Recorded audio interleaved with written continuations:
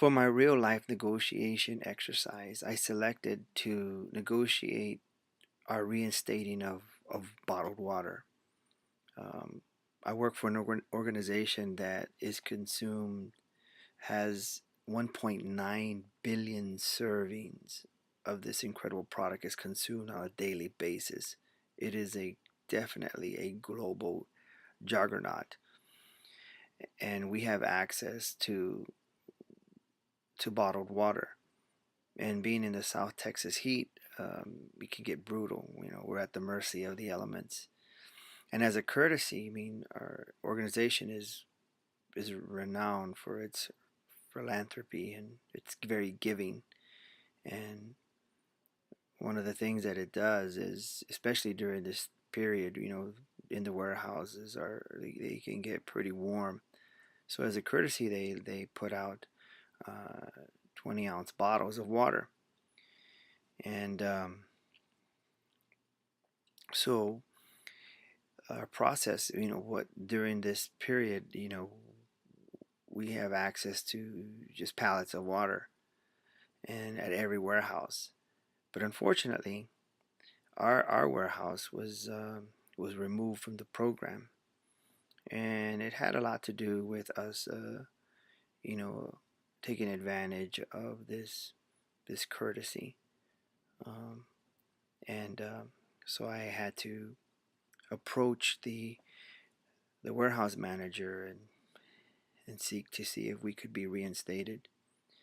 So that was the problem or the issue that we had. And so as I thought about the process, I thought about a strategy, and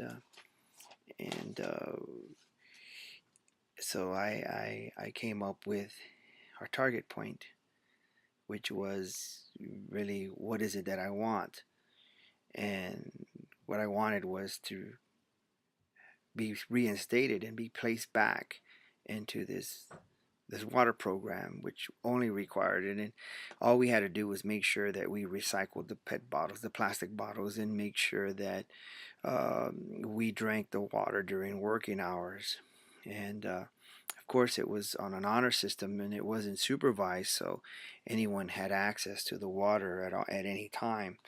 And after a while, our numbers didn't match because we're such a small department, but yet we were consuming more than the larger departments, which drew a red flag that there was um, something happening. There was shrinkage. So the BATNA for this situation was difficult for me to think about. Because during all these exercises throughout the semester, I was thinking of a BATNA of a numerical BATNA, and I needed I was having trouble relating or making the connection. But after I talked to Dr. Lewis, it really came clear that the the actual BATNA for this situation was returning back to the status quo, which is purchasing our water on our own, which is still not bad because it's only 50 cents out of the vending machines, but still, um, free would be a lot better. Well, anyway, as I approached the manager, which I had worked prior to, work in previous positions before, I've known him since 1995, and he is a fair and just man, and I mean, he is a very giving person. I mean, he'll literally give you the shirt off his back, and we've discussed heat and temperature and how it affects productivity at length. And I've even, working for him, he would give me a lot of freedom. I was the special projects person, and he allowed me to expand some of the skills that I've acquired over the years in my writing and leadership and research and stuff, that and even video, some of the video stuff that I would do for him. And but anyway, we have a relationship. So he left the door open and asked me, well, just check back with me and check back with me. So every Friday I would go and just discuss some. normal things that we discuss about the business. But at the end, I would always ask, well, what's the status of the water? And he would always say, well, just get back with me next week and get back with me next week. Well, I kept coming and kept coming, and then finally we sat down and it's like, okay. And I knew what it was. It was the I had an idea, and it's the shrinkage that the courtesy was. We had to monitor it, and that was his main concern. And he asked if I could monitor um, our distribution of the water, which I keep it in this refrigerated cooler that keeps it at a 36 degree, and it's just incredible.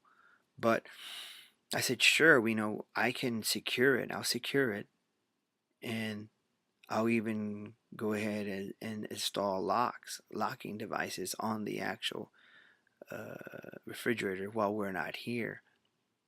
And to that, he quickly just countered and said, sure, um, I'll send you, 42 cases. And we were reinstated. And, but that was the negotiation process for me, that I had to go and talk to him and discuss and set up a plan. And but the thing that I walk away from this course is, and not only, and I learned from this process throughout the semester, and things that I'll take back with me in life, was the fact that, even though as an introvert, we think that whether an introvert or extrovert, we're negotiating all the time. It's part of human life. It's part of what we do every day. Whether we're going to negotiate where we're going to eat, or where we're going to go. I mean, we read that in our required text, and selecting a movie or whatever. We're negotiating, at all times. And another thing is, I think it's fundamental, is knowing what we want. I mean, without knowing exactly what we want, having a target point, we really don't, we don't have an idea of what direction to go. And I think that's something that is crucial. And another thing, for me especially, I think that it's building trust. I think, knowing that I am transparent, and I'm going to do my best to do what is right. And in a negotiation process, you want to have a reputation that you can be trustworthy, or you can be trusted, and you're going to be fair and just, and the outcome, both sides can be satisfied. But um, that's what I got from this real life negotiation process and this entire semester.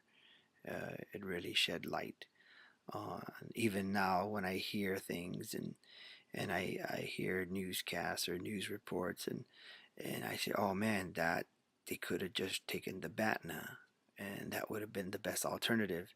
I mean, it's amazing how now, being aware, I'm able to pinpoint and see different techniques and theories and strategies, and they just pop, and I'm aware of that, and I'm aware of that it's a part of everyday life.